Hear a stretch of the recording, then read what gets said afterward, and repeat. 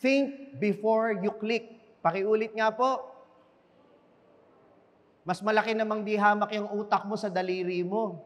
Kaya bago mo itapik ang daliri mo, gamitin mo muna yung utak mo. Umunawa ka muna kung ang iyong sasabihin ay dapat mo bang ilabas sa social media. Unawain mo muna kung dapat mong paniwalaan kung ano yung nabasa mo o napanood mo. Sapagkat yan ang kaloob ng Espiritu Santo, karunungan upang magpahayag tayo ng katotohanan.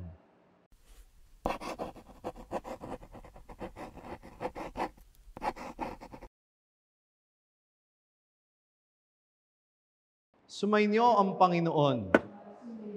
Ang wakas ng mabuting balita ng Panginoon ayon kay San Lucas. Noong panahong iyon, sinabi ni Jesus sa kaniyang mga alagad, ganito ang nasusulat, kinakailangang magbata ng hirap at mamatay ang Mesiyas at muling mabuhay sa ikatlong araw. Sa kanyang pangalan, ang pagsisisi at kapatawaran ng mga kasalanan ay dapat ipangaral sa lahat ng bansa. Magmula sa Jerusalem, kayo ang mga saksi sa mga bagay na ito. Tandaan ninyo, susuguin ko sa inyo ang ipinangako ng aking Ama, kaya't huwag kayong aalis sa lungsod hanggang hindi kayo napagkakalooban ng kapangyarihan mula sa itaas.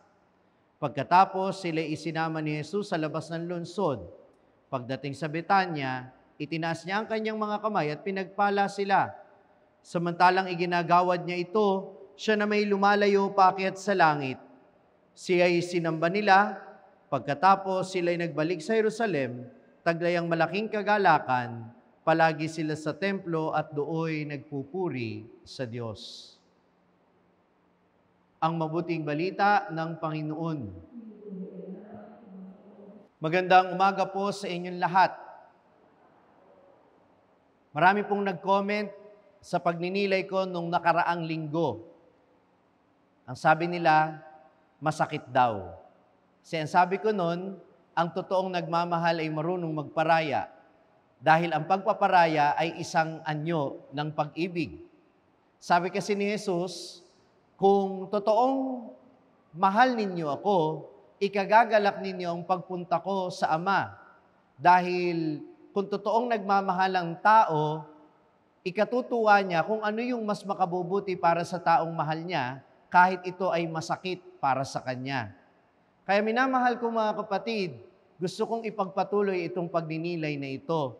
Dahil may isa pang kahulugan yung pagpaparaya, at hindi lang yun yung pagbitaw, kundi yung hayaan mo na ikaw ay gamitin ng Diyos para sa isang misyon na iniatang sa iyo.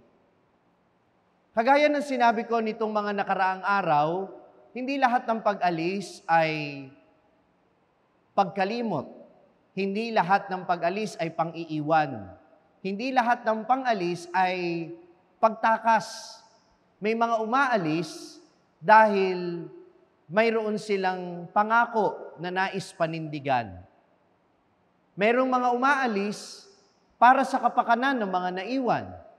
May mga umaalis dahil ito ay para mas ikabubuti ng mga taong naiwan nila. Ang isa sa mga very concrete na nai-imagine ko at naiisip ko dito ay yung mga OFW. Di ba nga sabi nila, sino ba namang gustong mawalay sa pamilya? But they have to do that. It is a sacrifice that they will have to make. Bakit? Sapagkat may pangako sila sa kanilang pamilya na hindi nila pababayaan ang kanilang mag-anak. Kaya, kapalit ng pagpo-provide ng mga pangangailangan ng pamilya para sa kapakanan ng pamilya, lalayo sila, aalis sila. Hindi nila tinatakasan lang ang kahirapan dito sa Pilipinas. Hindi sila nakakalimot. Sila ay tumutupad sa kanilang pangako para sa kapakanan ng kanilang mga naiwan. Kaya minamahal ko mga kapatid, sa ganito natin dapat makita ang pag-akyat ni Jesus sa langit. Sabi sa atin sa pambungad na panalangin ngayon, si Jesus ang nauna, tayo ay susunod. Sabi na sa John chapter 14, ako ay aakyat sa Ama, babalik ako sa Ama, upang ipaghanda kayo ng matitirhan. Jesus is preparing a place for us. Kaya nauna siyang umakyat sa langit dahil kasunod tayo at pinaghahandaan niya ang ating pagdating. Amen ba yun? Di ba? Ganyan din yung ibang mga OFW. Gusto nilang dalhin sa greener pastures yung kanilang pamilya, kaya mauuna sila sa ibang bansa, kalaunan, pag nakaipon, ipepetisyon yung buong pamilya para mag-migrate na doon. Ganon din ang Panginoon. Inihahanda niya ang tutuluyan natin sapagkat hindi natin deserve ang mundong ito. Alam natin sa mundong ito maraming paghihirap. Alam natin sa mundong ito, may kuryenteng binabayaran at may tubig ding binabayaran kahit kapos-kapos naman ng supply. Di ba? Marami tayong sakit ng ulo, marami tayong paghihirap. Pero ano ang deserve nating buhay? Yung buhay na walang hanggan. Walang paghihirap, walang gutom, walang babayarang kuryente, at walang nakakainis na water supply. Di ba? Ganyan ang gusto para sa atin ng Diyos. Kaya nauna si Jesus upang bigyan tayo ng pag-asa na may naghihintay sa ating magandang kinabukasan sa buhay na walang hanggan. Amen? Meron po ba ditong ayaw pumunta sa langit? Taas ang kamay. O kaya nga kayo nagsisimba, di ba? Kasi in one way or another, gusto po ninyong mapunta sa langit. Gusto nyo na ba ngayon? Abuti naman, hindi pa ngayon. O. Ngayon, pangalawa,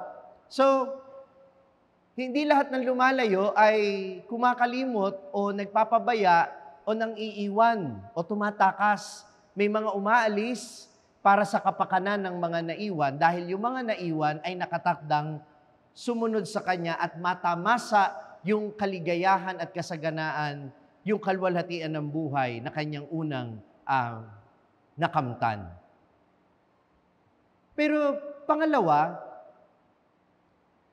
kuminsan, yung pag-iwan ay isa ring tanda ng pagtitiwala. Di ba yung mga iniwan ng mga OFW, yung asawa nila, yung mga anak nila, ano ang itinuturo ng pag-alis nila? Maging responsable para sa kanilang mga sarili. Alam po ninyo, yan yung isang utang na loob ko sa mga magulang ko. Bilang panganay, pag umaalis po sila, ang palagi nilang bilin, bahala ka sa mga kapatid mo.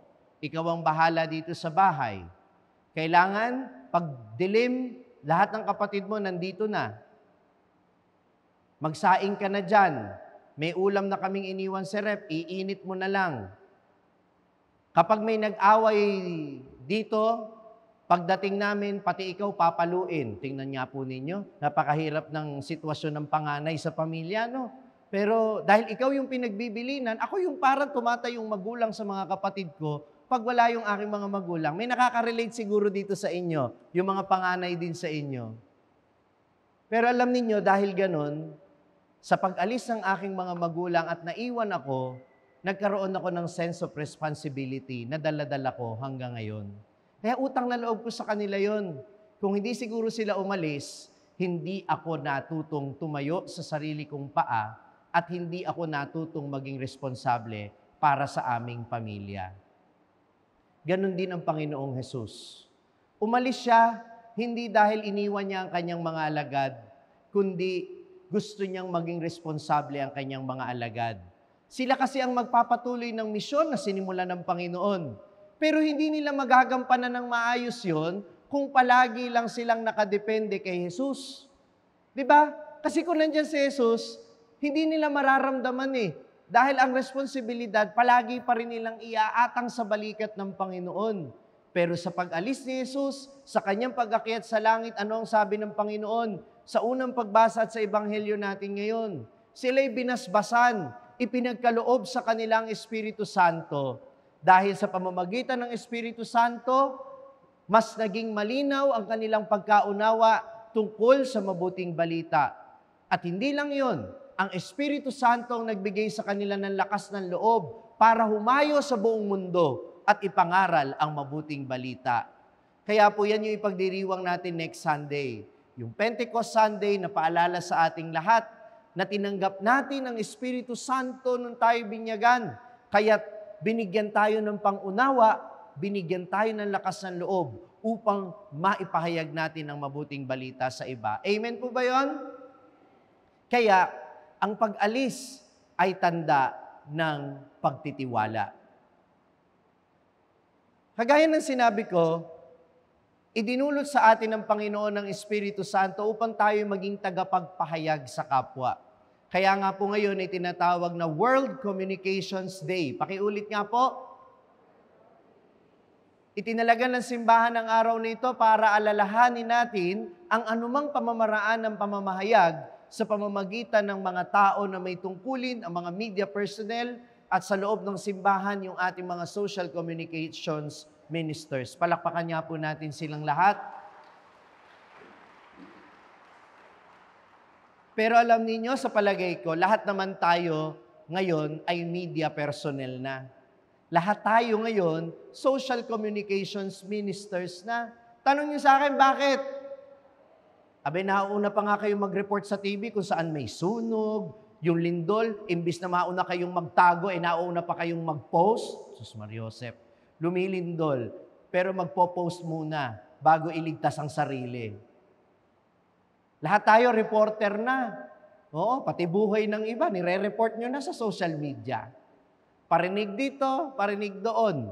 Post dito, post doon. Kahit hindi naman natin minsan masyadong naintindihan ang ating sinasabi o hindi natin alam yung buong kwento, maraming mga bagay na magandang naidulot ang social media dahil nabigyan tayo ng pagkakataon na iparating sa mundo, sa lahat ng tao, hindi lamang yung mga talento natin, marami palang magaling sumayaw, marami palang magaling kumanta. Ngayon, hindi mo na kinakailangan maging pogi at maganda para sumikat ka. Basta talented ka, pwede kang maging social media personality. Pwede kang maging influencer. Di ba? Pero hindi lang yun. Yung kakayanan natin, yung kapangyarihan natin na magbalita, pwede ka ring mag-trending kung maganda yung kwento mo. Di ba?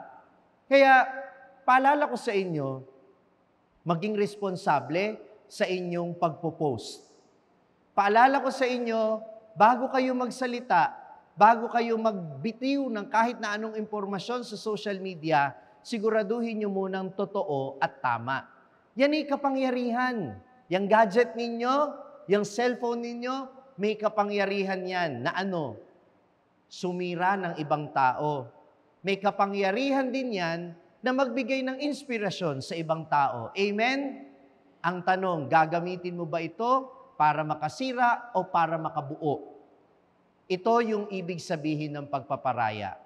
Sana, hayaan mo ang Diyos.